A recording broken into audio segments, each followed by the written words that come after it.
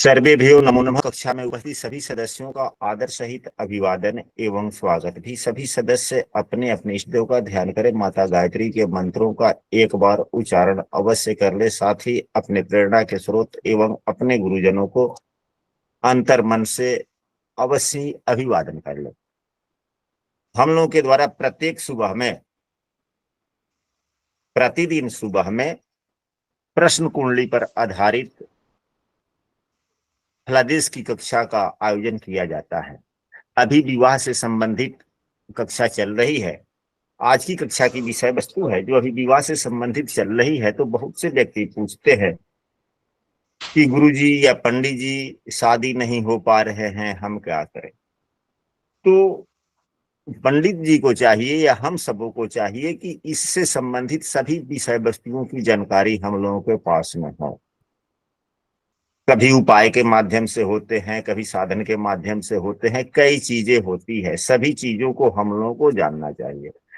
तो आज की कक्षा की विषय वस्तु हमने 2-3 लिया है। छोटे छोटे विषय वस्तु हैं। उदाहरण स्वरूप अभी जो पहली विषय वस्तु है कि हमारी शादी ये रिश्ता किसके माध्यम से आएगा, रिश्ता किसके माध्यम से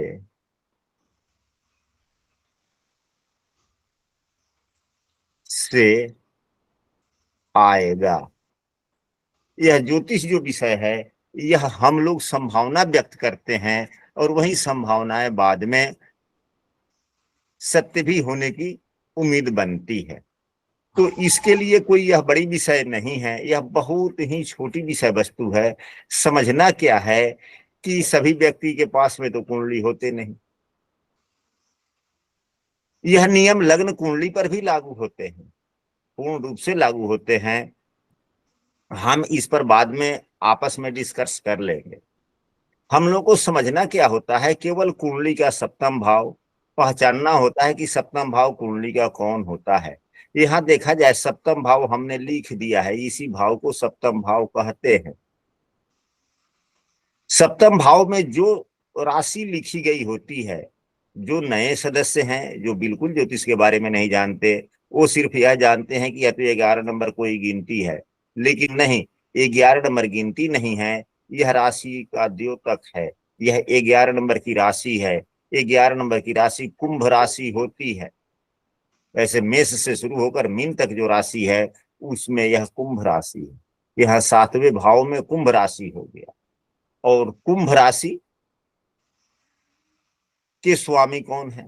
अब यहाँ पर देखा जाए सभी राशि, कोई भी तो राशियां यहाँ पर होगी 1 से लेकर 12 के बीच में। यदि 1 से लेकर 12 के बीच में कोई भी राशियां हैं तो सभी राशियों के स्वामी के नाम हमने यहाँ पर दे दिए हैं। जैसे अगर 5 नंबर राशि हो तो सूर्यदेव, 1 या 8 नंबर की राशि हो तो मंगल देव, 9 या 12 नंबर की राशि हो तो गुरुदेव, 3 या 6 नंबर की राशि हो तो बुध देव। इसी प्रकार आप सभी राशियों के बारे में समझ सकते हैं कि इसके स्वामी कौन है। इस उदाहरण कुंडली में सप्तम भाव के स्वामी शनि देव ही बन रहे हैं, क्योंकि 11 नंबर राशि लिखी गई है। 11 नंबर राशि के स्वामी शनि देव होते हैं और शनि देव यहीं बैठे हुए। अब हम लोगों को यह देखना है कि हम लोग, हमारी रिश्ता किसके माध्यम से आएगा या आएगी। तो यहां पर देखा जाए कि सप्तमेश को हमें पहचान लेना है कि सप्तमेश कौन है, और इसे भी यह देख लेना है कि सप्तमेश हमारे कुंडली के किस भाव में बना हुआ। हमारे द्वारा प्रतिदिन कक्षा होती है। यदि कोई कक्षा में नया है तो स्क्रीन पर दिख रहे नंबर पर व्हाट्सएप कर सकता है एवं कक्षा में कंटिन्यू भी हो सकता है, या हम अपने वीडियो के डिस्क्रिप्शन में हमने अपने व्हाट्सएप समूह का लिंक भी दे दिया, वहां से भी शामिल आप हो सकते हैं। तो सबसे पहले सप्तमेश कहीं ना कहीं तो होगा, तो इन्हीं 12 भावों में किसी भी एक भाव में होगा। कुंडली में 12 भाव होते हैं। यदि कुंडली, लग्नेश अगर सप्तम लग्न भाव में ही हो गया, यदि सप्तमेश सप्तम भाव का स्वामी लग्न में ही हो गया, तो रिश्ता कौन लाएगा। तो व्यक्ति के गुण कुछ ऐसे विकसित हो जाते हैं। सप्तमेश जिसके लग्न भाव में होते हैं उस व्यक्ति में कुछ गुण ऐसे व्यक्तित्व का निर्माण हो जाता है कि उसके व्यक्तित्व से प्रभावित होकर उसके लिए रिश्ते आते हैं, या रिश्ते लाने का सूत्राधार वही बन सकता है। पहली बात, अगर यही सप्तम भाव का स्वामी, यदि यही सप्तम भाव का स्वामी अगर दूसरे भाव में हो, यही सप्तम भाव का स्वामी यदि दूसरे भाव में हो, तो रिश्ता लाने वाला कौन होगा? तो हमारे जान पहचान का ही कोई होगा। इसके लिए यदि लग्न कुंडली है तो लग्न कुंडली से हम लोग देखेंगे, यदि लग्न कुंडली नहीं है, प्रश्न कुंडली के सहारे देखना है, तो सबसे पहले जिसके माध्यम से प्रश्न किया जा रहा है उस व्यक्ति को हम इतने अच्छे ढंग से समझाते हैं, बात करते हैं कि उसको ईश्वर के प्रति कुछ समय के लिए एकाग्र हो जाए, मन में भावनाओं से वह गंभीर हो जाए, उसकी मन की चंचलता समाप्त हो जाए, फिर हम उससे कुछ पूछकर प्रश्न कुंडली बनाएं, फिर फलादेश करने का प्रयास करें। जो व्यक्ति प्रश्न कुंडली के फलादेश या लग्न कुंडली के फलादेश में स्वयं को चंचलता की स्थिति में होता है एवं सामने वाला भी चंचलता की स्थिति में होता है, वह फलादेश अच्छा नहीं हो पाता या होने की संभावनाएं उसमें कम हो जाती है। तो जिन जिन नियमों का अनुपालन करते हुए फलादेश की संभावनाओं में अगर सटीकता आने की बल मिलती है तो हम लोगों को वह सभी विधियां अपनानी चाहिए। अभी बातचीत चल रही थी कि यदि यही सप्तमेश कुंडली के दूसरे भाव में अगर बैठे हुए हैं तो हमारे रिश्ते लाने वाले कौन होते हैं? हमारे जान पहचान के व्यक्ति ही होते हैं। वीरेन जी अपना माइक बंद कीजिए, से डिस्टरबेंस हो रही है। इनका माइक जब से खोला गुरु जी बार बार डिस्टरबेंस हो रही है। तो अच्छी बात नहीं है, कृपया माइक बंद कर लीजिए।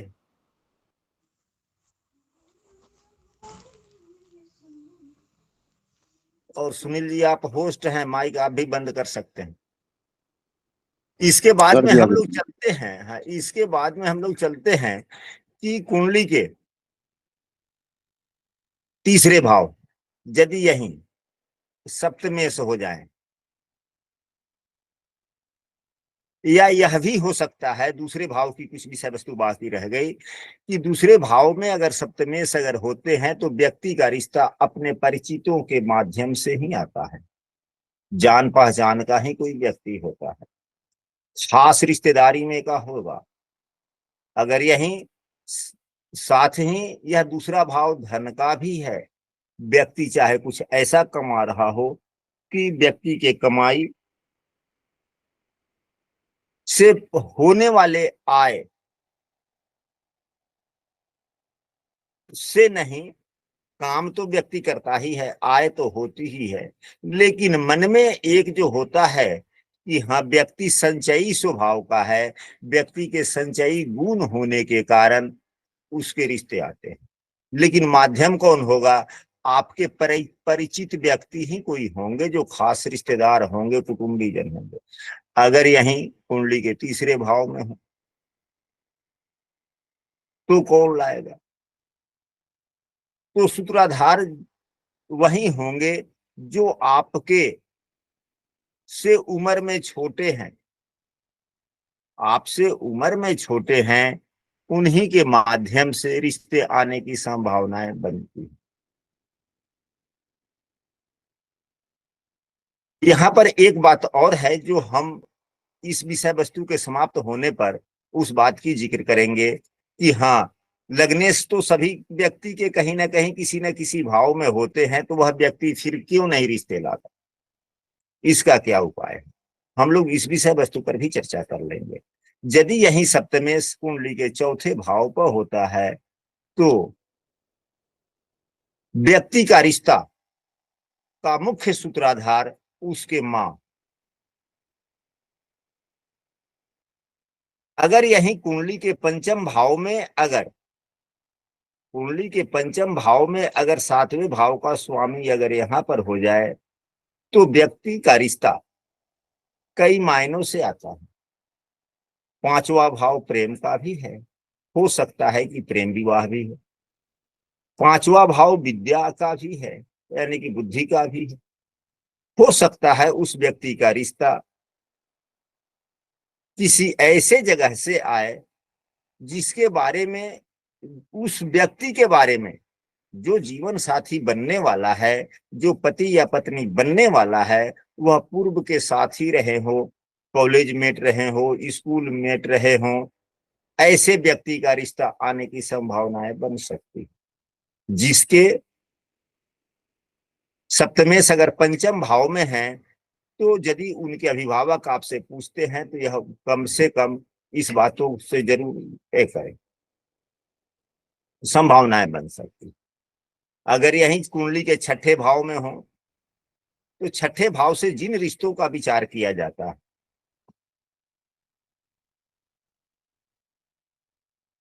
उनके माध्यम से शादी होने की संभावनाएं बनती है, यानी कि मामा के माध्यम से।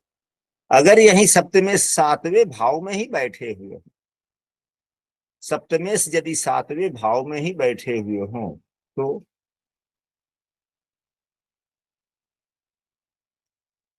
यह भी स्वयं को ही दर्शाता है, यह भी स्वयं को ही दर्शाता है और बराबर के हम उम्रों को दर्शाता है और यह सहयोगी व्यक्तियों को दर्शाता है।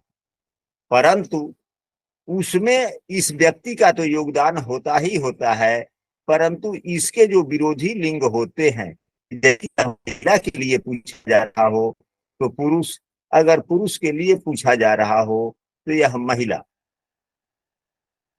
जो उसके लगभग हम उम्र के हो, उसके सहयोगी किसी न किसी कार्यों में बने रहे, उसके माध्यम। यदि यही कुंडली के आठवें भाव में सप्तमेश हो तो व्यक्ति की शादी दूर होती है, दूर से रिश्ते आते हैं और जल्दी जल्दी में शादी हो जाता है।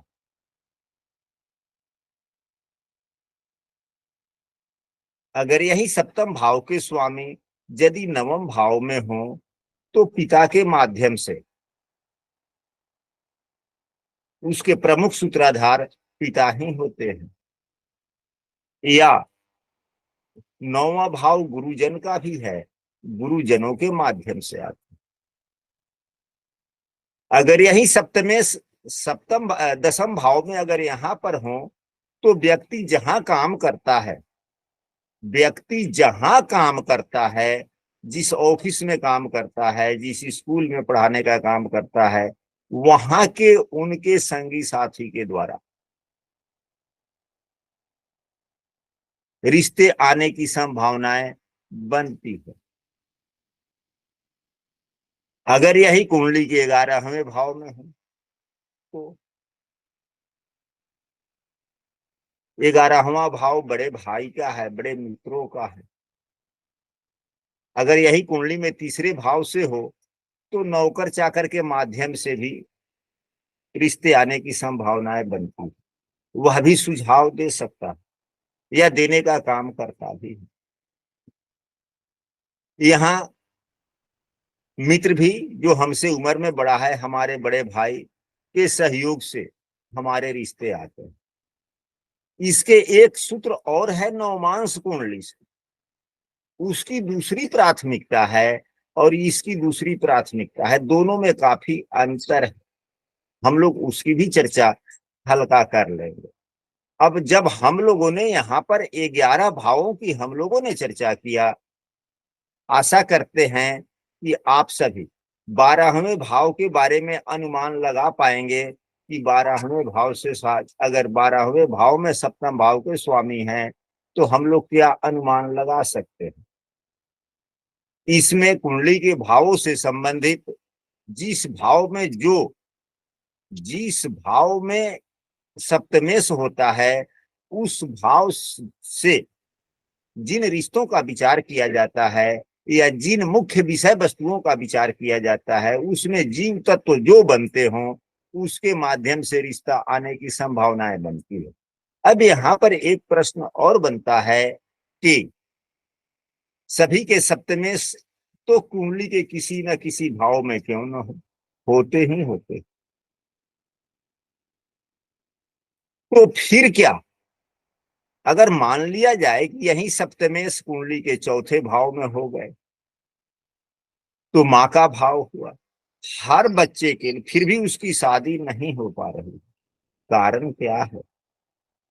तो ऐसा हो सकता है कि उसके सप्तमेश चौथे भाव में हो और अच्छी स्थिति में ना हो, उस पर पापग्रह की दृष्टि हो या विच्छेदात्मक ग्रहों की दृष्टि हो, तो उसके माध्यम से उनके माध्यम से ही शादी टूटने की संभावनाएं बनती है। अब यहाँ पर सबसे प्रमुख भाव जो चौथा भाव हुआ, जो माँ है, माँ सदैव चाहती है कि हमारे बच्चे की शादी सही समय से हो जाए। तो विचारों के मतभेद के कारण बार बार रिश्ते का आना और किसी न किसी कारण से नापसंद कर देना, विच्छेदात्मक ग्रहों का तो प्रभाव अगर यहीं पे अगर मान लिया जाए कि यहीं पे शनिदेव हो जाए और मंगल देव की दृष्टि पड़ जाए, अगर यहाँ पे मंगल देव हो जाए तो मंगल की 8वीं दृष्टि पड़ी, मंगल की 8वीं दृष्टि पड़ी कि नहीं पड़ी? जी पड़ गई गुरु जी। तो फिर क्या संभावनाएं बनेगा? मंगल तो देख रहा है शनि को, शनि मंगल को शत्रु मानता है, दोनों एक दूसरे के, आप देखें यहाँ पर शनि के मित्र बुध शुक्र है, मंगल तो शत्रु है। हमने प्रश्न कुंडली के लिए यहाँ पर ये बना रखा है और शनि भी मंगल को शत्रु मानता है। तो फिर यह शनि सप्तमेश खराब हो गया तो माँ के अंदर में कुछ मन में अंदर में ऐसी कुछ विचार आती रहेंगी कि हमारे लड़के के लायक वह लड़की ठीक नहीं है या हमारे लड़की के लायक वह लड़का ठीक नहीं है। इसी विचार में वह नहीं पाएंगी सही ढंग से, जिसके कारण अगर यही कुंडली के अन्य भावों में हो, जिस भाव में हो जाए तो उस भाव से संबंधित व्यक्ति के कारण रिश्ते टूटते भी हैं। अगर यहीं पे सप्तमेश बैठ जाए, सूर्य के साथ हो गए,